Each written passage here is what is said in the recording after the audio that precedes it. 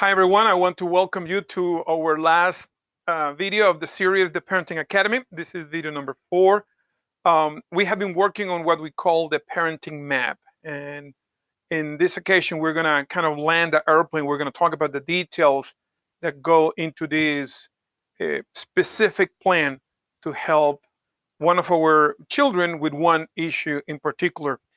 In this session, we're going to talk about how to give directions, how to provide rewards, and how to correct as we move from point A to point B, from where we are to where we want to be. Just a reminder, this is a summary. This is not all that we cover at the workshop that we call the Parenting Academy. This is just either a to refresh your notes if you took the Parenting Academy. All these will be very familiar to you. So just to refresh what you remember, what you learned, or to give you an idea of the topics we cover during the workshop. The parenting map looks like this. And at the workshop, you do receive a workbook where you have an opportunity to write down all the details.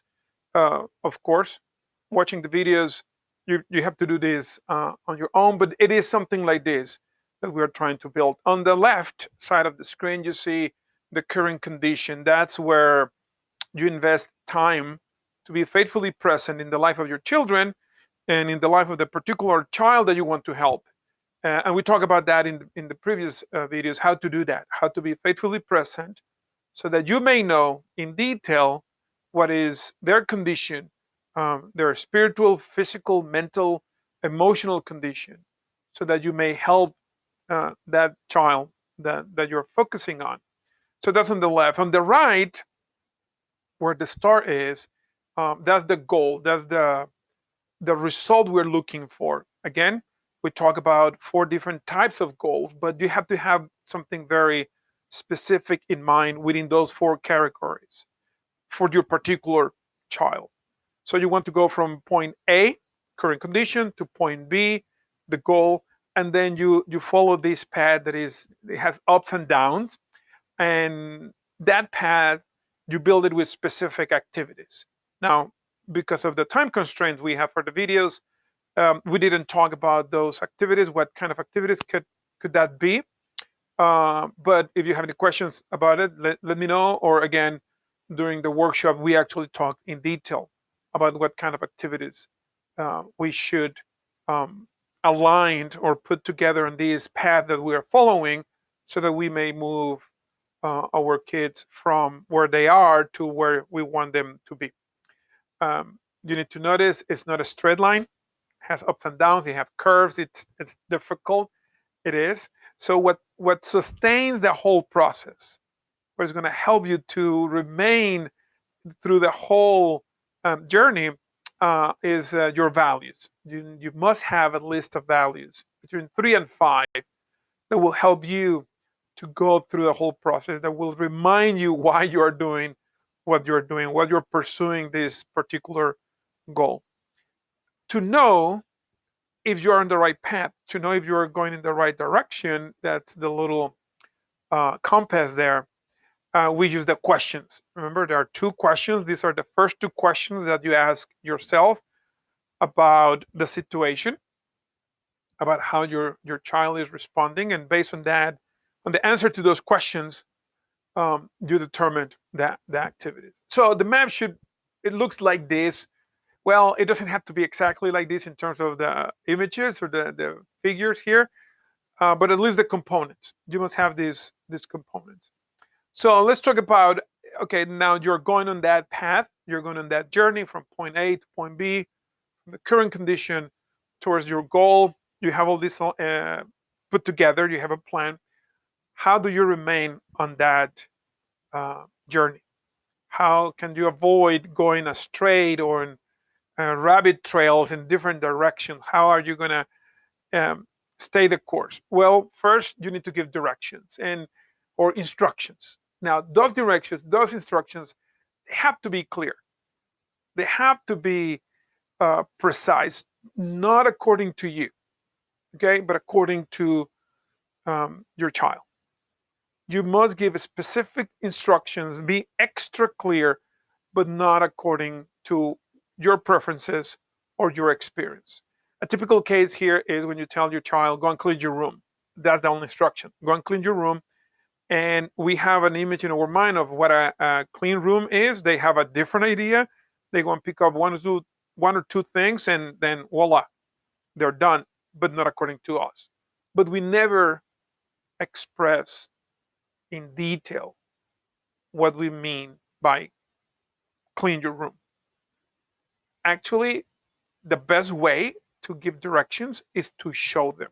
In other words, the very first time, you may need to clean the room with your boy, with your girl, so that they know, oh, this is what it means, a room that is clean. So you have to be clear. You have to be very specific results. This is what you clean your room means. Your bed is done, your toys are here, your books are here. At least that's what it means. Anything else is not finished. This is acceptable. This is a minimal that will be acceptable, but you have to be very specific results that they can look for. They should aim for those specific results. And you need to give some space for practice because it's going to take time. It's not going to happen the very first time you give very clear, very specific instructions. Even under those circumstances, no, it's not going to happen the first time. Actually, it will be very good if you invest time practicing with your child. Another typical example here is what it seems to happen when you answer the phone. Depending on the age of your child, sometimes you answer the phone and right there something. There's always an emergency, right? He comes, your child, and say, "Hey, mom, dad, I need your attention," but you're on the phone, and they want your attention. So you need to tell your child, when I'm on the phone, you need to wait, and you need to give very specific instructions. You need to wait here, wait for me until I do this, and then we can talk. Or if I go like this, I give you a sign, it means wait a minute.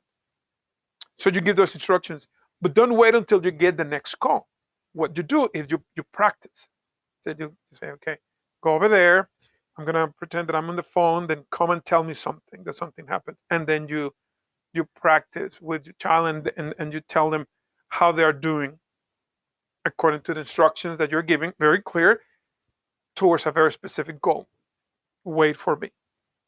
So you need to give clear, specific instructions, and you need to provide room for practice, because it's not going to work at the first time.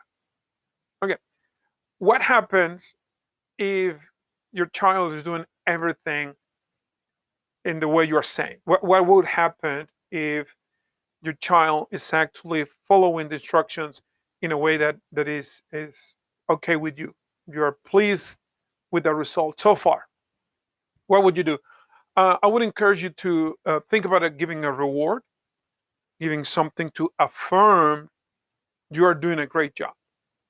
Now, a few pointers about rewards. First, um, give the reward in a way that uh, give strength to your relationship with your child, that heart to heart relationship. In other words, even the reward is a way to invest in your relationship with your child. Please, as much as you can, try not to use money or material gifts. Try to avoid that as much as you can. I know when at the time of the recording of these videos, we are in a pandemic. Many of us are spending a whole lot of time at home, and it's been difficult for some of us to be that many hours together. And I know maybe parents want a break, and a quick solution will be to provide more screen time to our children. And we say, hey, if you follow the instructions, you will get a new video game system or a new tablet or a new computer. We have to be careful with that. We have to be careful. Let's not get into this race, because what happens is you provide this gift, the next gift has to be better than this one, and then it becomes something like the kids will ask us, okay, so what you're going to give me if I do what you say? Here, the goal of the reward is to affirm the kid, affirm the child, you're doing great, and it's way better if that reward helps your heart to get closer to his, if it helps her heart to get closer to yours. That's what you want to do in the reward. So think about it. What kind of rewards could you do? Could you give that affirm your child and that give strength to that relationship, that heart-to-heart relationship? And then what happens if things don't go well? What happens if you're going in certain direction, or you want your child to go in certain direction in your map, and they go in another direction? What will happen? You need to apply correction. Now, we talked a little bit about discipline last time, and I'm sure you will understand why this is one of those topics that is very controversial. How we do it, how do we apply correction? Here's the deal. Correction, the purpose of correction is to bring your child back to the path that you have plotted, that you have traced. Okay. The goal of correction is not for you to vent. It's not a sort of revenge. You want them to come back to the path that you have planned for you to follow. So, a few things. Never do it in public.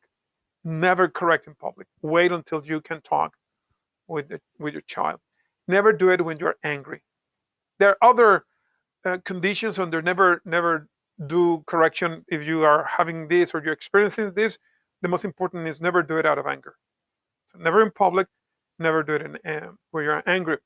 And here, this is a very good tool or a very good rule to follow if you're going to correct. And we call it 3 deposit for 1 withdrawal. And what it means is, and the withdrawal is the correction. When you say, you did this wrong, or you can do this better, or if depending of your values and philosophy for parenting, maybe sorry, but you're going to receive this punishment. Okay, up to you. But this is the rule. Before you do that withdrawal, you need to do 3 deposits. And what you need to think, what you need to consider is think that consider your child having a tank, like a car has a tank, for gasoline, a fuel that moves the car. Think about your child, his self-esteem, his appreciation for himself, for herself, is like an emotional tank. And when you apply correction, you're withdrawing. It's a withdrawal from that tank. You're taking out fuel. So you don't want that tank to get empty. If you just withdraw, it's going to get empty. So you need to fill it up too. So you need to fill it up. You do 3 deposits. You say 3 positive things about your child before you apply correction. Now, those 3 things have to be true, of course. They have to be related, and then you can apply correction. Let me go back here to rewards for a second, because I didn't mention, you need to remember the goal. Remember where you're going. Remember what the goal of this parenting map is when you give rewards. The same here when you are applying correction. Remember that goal. Again, it's not an opportunity for you to let them have it, show that you're super strong, so that you're very strict, venting, letting out frustration. That's not the purpose. If you're doing it because of that, that's wrong. It doesn't matter the form that it's taking. So consider how you're going to correct your child. Remember the goal. Remember where you're going. Remember what this parenting map is for. And where do we go from here, familia? Well, my final pieces of advice: you need to put all this on writing. Okay, if you attended one of our workshops, please, please, please use that workbook that you purchased. Use it. Is going to be very, very helpful, because then you can come back and take review what you have done and know what worked and what didn't work. So please put everything in writing. Start slow. It's not something that is going to happen from one day to another. Be patient. Be patient. This is for the long haul. Okay? The long haul. Remember, parenting never actually ends. And my last piece of advice, please get some assistance. Ask around, get your spouse on board, get a family on board, your community of faith. Find some help there that may give you the strength to continue through this uh, path that you have traced on your parenting map. Familia, again, thank you so much for your time. Thank you for investing in becoming a better parent. If you have any questions, any comments, please let me know. Until the next time, ciao.